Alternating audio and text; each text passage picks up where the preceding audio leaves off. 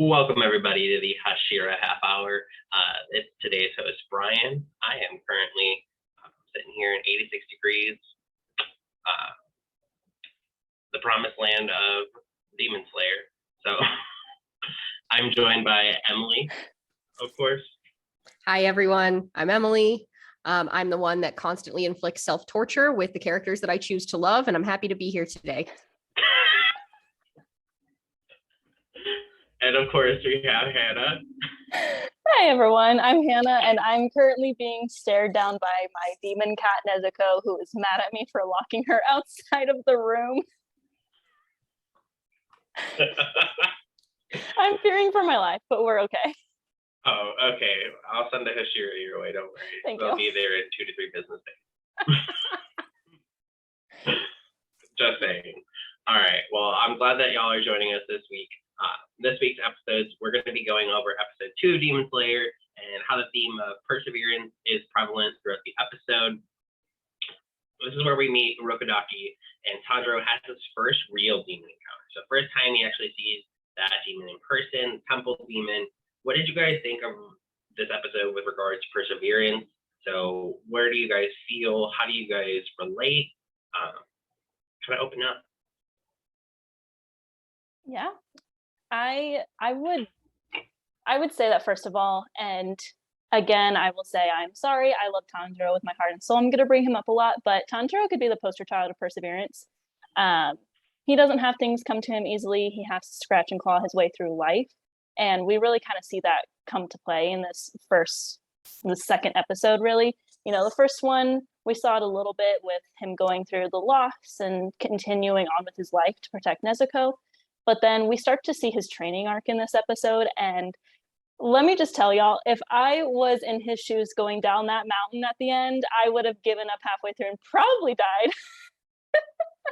But he had so much perseverance to get down that mountain so that he could become a slayer, protect his sister, and oh my goodness, like, we all could be like him.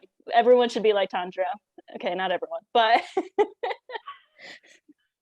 We have a lot of nicely firm people out there. Yeah. Literally. Exactly. I'm really glad you brought up the trap. That was one of my notes when I was looking at this episode. 3 seconds in to him running down the mountain, already hit the trap. I literally would have been, Urokodaki, you take care of Nezuko. I'm stuck. What do you got? I was just gonna say it's like it's woven into his character like so irreversibly, like, and it's from the beginning of the episode. The very beginning is where he finally is like, you know what, I need something to like help get my sister around here because like she can't be exposed to sunlight. Can I buy this like nasty old box and like some straw or like a sheet or something from you? The guy's like, yeah, no, you can just have it, like that's fine. He's like, no, I insist, I need to pay. The guy's like, no, you can just have it. He's like, I insist. It's like the perseverance is there even from like that simple moment that he has with this guy at the beginning. And then it's like, okay, we're going to engage in this fight with this like random forest demon that's like kind of fortunately a weaker link, but it's like, okay, I know that I need to do something here. He doesn't give up trying to fight it, even if it's like not very skillfully yet at this point in his character arc. Urokodaki comes in and is like, follow me. He goes on like a 10,000-mile trek to this guy's house, persevered there. He's like, finally, we're here. He's like, okay, don't get too comfortable. We're going up the mountain now. He's like, but he does it. He perseveres all the way back down. He has that moment like, this is going to be easy. Oh, snap. Here we go again. like here are all these traps set for me, but I'm still not giving up. Like, we're still going to make it all the way down the mountain. And I made it back to you before daybreak. Mm-hmm. What's up? He literally walked in the door just like, I'm here. And like collapsed. I'm glad that you also kind of talked about, even though after he, like kind of how you mentioned, he still struggled getting down the mountain, even after he figured out he could find the traps. Like, he got hit with bamboo and literally just got yeeted from one side of the forest to the next. And that was literally, okay, first off, kind of hilarious for like slapstick humor. But also I was like, no, Tanjiro, like, don't give up, bud. And he didn't. So I feel like it was a really cool moment you brought up. Mhm. What else did you guys kind of think of for character-wise, really, when Tanjiro was debating on how to get through to that demon? And so we are with Urokodaki, Nezuko is inside, and he's waiting to try and kill the demon. He realized that axe is not going to feel. How are you guys feeling about Tanjiro's contemplation to kill the demon and what to do there? How do you feel that relates to his empathy and kindness? Well, he really is trying to figure out a way to kill him quickly, and he's able to already balance that empathy along with the knowledge that this guy needs to be killed, you know, that he's going to harm more humans. He just doesn't want him to suffer. And we see that come up more as the show progresses, but I thought that it was just really telling to his character that he's got that empathy, but it's almost like a, how's the word? It's a ruthless empathy. Like, he is going to do his job. He is going to slay demons, and he is doing this even before he's a demon slayer. He knows he needs to put this guy down. He just doesn't want to make him suffer. And he's got that like balance inside his heart that he's got to get the job done, but he doesn't want demons to suffer. He knows that they can feel this pain. So how is the way that I can do it faster? That's really what he was trying to figure out. Not, I can't kill him. Oh, I just can't kill him. It was I don't want him to suffer. And how could you not have that empathy if your sister is a demon and you're traveling with her? It's like, yes, like this is a monster that I'm seeing in front of my eyes, but this was a person at some point in time. So I think that empathy is part of what helps drive him forward in his hero's journey that we talked about a little bit in the last episode, and his perseverance. I think that he's able to persevere because he has so much empathy for the world around him. Mm-hmm. I'm really glad you actually brought up the fact that he kind of relates to this demon because of Nezuko also being a demon. That's actually something that I never connected the dots on before. Like, in that moment, that's what he's seeing too as well, from, you know, how his sister could be in the situation with how people have treated demons so far. So that's a really interesting point to bring up. Kind of after that, of course, like, you see Tanjiro kind of quite literally get slapped in the face with both the possible consequences of Nezuko just existing and catching Urokodaki's hands real hard. How do we feel about Urokodaki's approach into inspiring Tanjiro's perseverance, and kind of what cultivates, or what feelings he cultivates in Tanjiro there? What do you guys think of him just trying to like bluntly wake him up to this reality of having a demon by your side?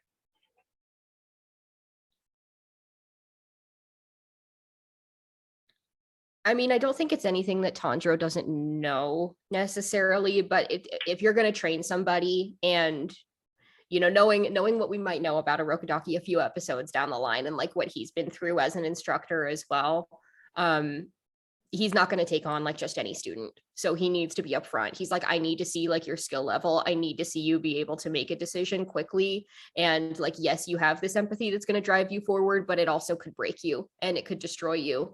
And like, this is the reality of what you're dealing with. Like, this is your sister. If she ever consumes anybody that's innocent, like, you're going to need to answer for the sins that she's committed. And like, is that a reality that you're okay with? If so, then maybe we can begin to talk. But I don't know that there's another way to really approach a conversation like that. I think it has to be direct. It has to be upfront, because there are a lot of lives on the line. I mean, at the end of the day, I think it's important to also remember that all of these demon slayers that have been demon slayers for a while, or are retired demon slayers, they've never seen anything like this. So they don't even fully understand where Tanjiro is coming from. And I think that comes, like, that's what's going through his head when he's being so blunt with Tanjiro, is I feel like he's still trying to accept that this can actually be a thing. We don't really see Urokodaki. I said his name wrong. I'm so sorry. We don't really see him show like kindness towards Tanjiro until he starts to really realize that Nezuko is not harming anyone, because he probably just doesn't really believe it yet.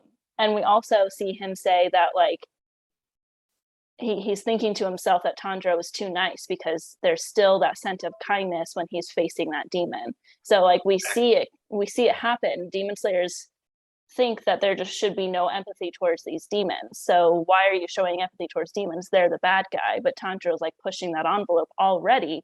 So it kind of just causes this dynamic of like, you got to be more, just do it. That's the world. It's a cruel world that we live in. But Tanjiro's like, no, like, I think this person was actually a person before they became a demon. And that's starting to come into play for him. And I really like that you brought up that point with Tanjiro being able to view demons in a different sense because of his empathy, right?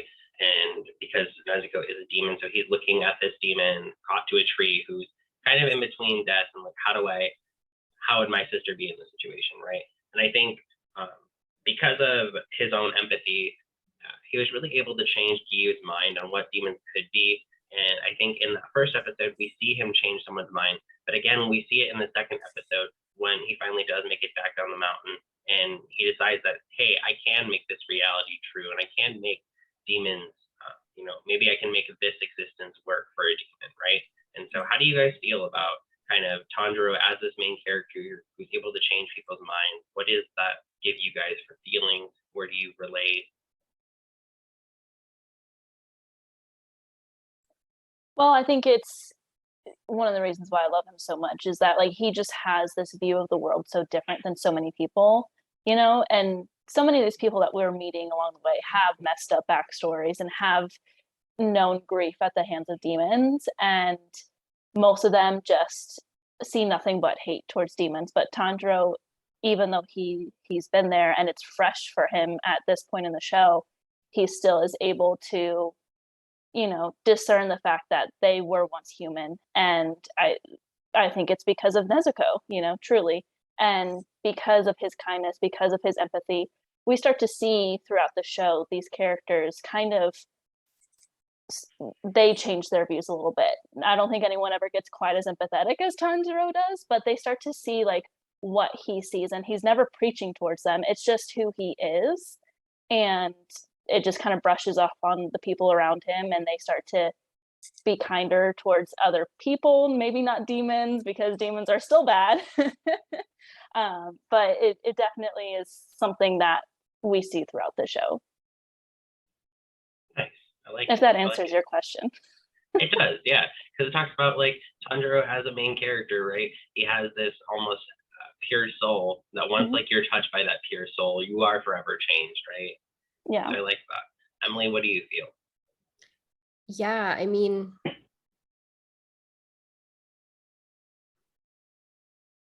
just trying to think how to like best articulate this, but Gyu doesn't strike me as somebody who is very easily changed, or like doesn't have his opinion very easily changed, and Urokodaki even less. Like without getting too far into the future episodes that we're going to watch, like we can, I think, at least infer from what we've seen that like this is somebody who has probably instructed other people. It seems pretty likely from the letter that he received that this was even Gyu's instructor. But it also gives us the impression that like he's not really taking on any more new pupils, right? Why would that be? It's a path filled with loss and grief, and it requires somebody who is able to make those quick decisions. And that's kind of where, he has that moment, like, can I even train this kid, even if I wanted to, which I'm not sure about in the first place. Because initially, like, Tanjiro was not able to make that decision in a quick enough fashion for Urokodaki. He gives him that second chance. We go through like the mountain chase scene, and he does end up accepting him as his pupil in the end. And I think that like his heart is moved a little bit also like by that empathy that he has for his sister, and his belief like in his former pupils as well. So I think that Tanjiro's empathy does wonders for him and helps to drive his story forward and help even the most hard-hearted people to accept him as well. I love that. That's really awesome. I feel like that really hits the heart of Tanjiro totally. All right, solid. I like it. So at this point is where we bring up our favorite moment of the episode, right? So we each get to break down a moment that struck our heart, a moment that maybe stuck with us. So I'll go ahead and start. The moment that struck me the most is Tanjiro headbutting that temple demon, right? That headbutt scene. I feel like it's very Tanjiro-esque of him, right? He's so hard-headed, and we kind of brought up before, right? He forced that man to take his money for the basket. Like, there was no way that man was leaving without payment. It just gives me like such like, I'm gonna keep going, like things will be okay and they're gonna be my way. And I really like that he kind of takes control of like, this is all I can do to ward you off right now. This is what I'm gonna do. So it just really drives home to his true character of striving forward and trying to make things better for himself. So what about you, Emily? The moment that I want to talk about has to do with Nezuko and her drive and power in this episode. We haven't really talked about her a lot yet, but the theme, of course, is perseverance. Tanjiro, of course, has to persevere, but so does Nezuko. She's been through quite a bit at this point as well. Not only has she also lost all of her family, but she's lost her autonomy as a human being and an individual. She's like very reliant on her sibling to be able to assist her. She can't even be outside in the middle of the day without, somebody helping to care for her. And she's like really under his wing. So this is one of the first times we're able to see her make a really distinct decision. I think we've seen it maybe one other time, although not totally sure whether that was more of a primal instinct or not in episode 1 to defend her brother, whether that came from somewhere deep within or it was a conscious decision that she made. I think that in this episode, it is a clearly conscious decision that kicks into play when Tanjiro is fighting the first demon that they encounter in the cabin. She is initially like kind of drawn in by that more primal instinct. She's starving. She's realizing that she hasn't had anything to eat. Demons subsist on human flesh and blood, and there's like a pile of slaughtered bodies in this house just kind of waiting. And she's like distracted by this while Tanjiro's fighting in the background. She hears him cry out, and that kind of like re-engages a conscious decision, I think, on her behalf to go help kick some demon butt. So it's really cool that she's able to kind of like regain a little bit of her own autonomy in that moment. It's a moment that I love. And then the flashback that Tanjiro has a bit later on, just realizing that Nezuko's never really had that autonomy in the way that he would have liked for her to have, because they just were focused on survival. They were a family that was living kind of in an impoverished state. He reflects on her like mending her kimono. He's like, that old thing, like you've done this a million times. And she's like, no, like it's okay. I like this one. And I want our siblings to have more to eat anyway. I don't need that right now. And his promise to her that he's going to like get her that more beautiful one because she deserves it. And they just have to survive and get through so that he can fulfill that promise that he has to her. I think those are 2 moments, but those are my favorite moments. I think those are really awesome. When you said kick, quite literally, she literally came in and punted that demon's head right off. So right off. When you say kick butt, we mean it. I love that. Shout out to Tanjiro's voice actor in that moment too. His surprise gasp is freaking hilarious and has me cackling every single time. It is hilarious. It's such like a high stakes moment and like so intense because you're like, oh my gosh, it's our first demon, and his just like genuine like what? But like every time he's like, that thing flew off. He's like, right? Let's go. He's like, girl, you did this. Like. And then not only after that, but we've kind of talked about how, Tanjiro has been turned upside down in this new reality of having demons. And now he sees a demon can live without its head. So again, he's just like kind of turned for the wind again, man. Yeah. He's really getting thrown around out there. What about you, Hannah? What do you feel? Yeah, well, it's actually funny that Emily mentioned Nezuko's moment of perseverance, because I actually had that written down as well. Just her ability to persevere through the hunger. And, you could see that she was literally drooling and thinking about getting that nutrition that at this time we feel that she needs. But she already knew that it was important that she didn't do it. This is before she gets hypnotized. Again, I guess foreshadow alert for a future episode. But it just shows that her human side is already coming through, that she truly is making that active decision. And then also when she hears Tanjiro cry out for help, essentially. She can instantly she's like, okay, that's my cue, and kicked off the demon's head. But my personal favorite moment was, also Emily kind of touched on this. It's funny because it's like we have similar tastes, I think. But when Tanjiro has that flashback, we see that Nezuko is honestly just as kind and selfless as Tanjiro is. It seems like the two of them truly are like the older siblings that want nothing more than to protect their little siblings at the time. And then we get Tanjiro just making that promise of, I promise that I'm going to buy you that kimono. I promise I'm going to do all the things that I couldn't do before. You kind of get the sense that he has guilt, that, he's really starting to struggle with the guilt of not being there to protect his family when they were all slaughtered. But also just see that he's choosing to move past that and give all of that love and protection to his surviving sister. And I think it's just a really powerful moment that is almost forgotten, in the sense of, he's also running and feeling probably like he's dying. I know I wouldn't be able to run that far that fast. I can barely do 5 minutes on the treadmill, and I'm not exactly not in shape, so it's kind of weird. I go to the gym every day and I still can barely run for 5 minutes, but that's, again, another story for another time. But just like, even though he is feeling so exhausted and he doesn't want to keep running and he's confused why he can't hear his footsteps, like there's all this going on in his head, but he still is able to coherently make this promise that he is going to give her everything that he can do, like he can give and more, because she's all he has left. I thought it was just a really precious and special moment that, again, he shared kind of with her. I mean, I think she was asleep at that point, but it was just a really powerful moment. It's really sweet. I like that a lot. I feel like it kind of touches on how, like, that sibling relationship, that really special bond that kind of works in tandem for both our characters, right? Mm-hmm. All right, guys. Well, I feel like we really got through the heart of this episode. So I want to say thank you all for joining us today for our Hashira half hour. I hope you enjoyed the show. Do not forget to like, subscribe, comment if you will, or if you have questions, follow. You can find us on TikTok at the Hashira half hour. You can find us on Instagram or on Twitter. So put that bell icon up and you guys will hear more from us every week. We'll see you guys later. UMAI! UMAI! UMAI.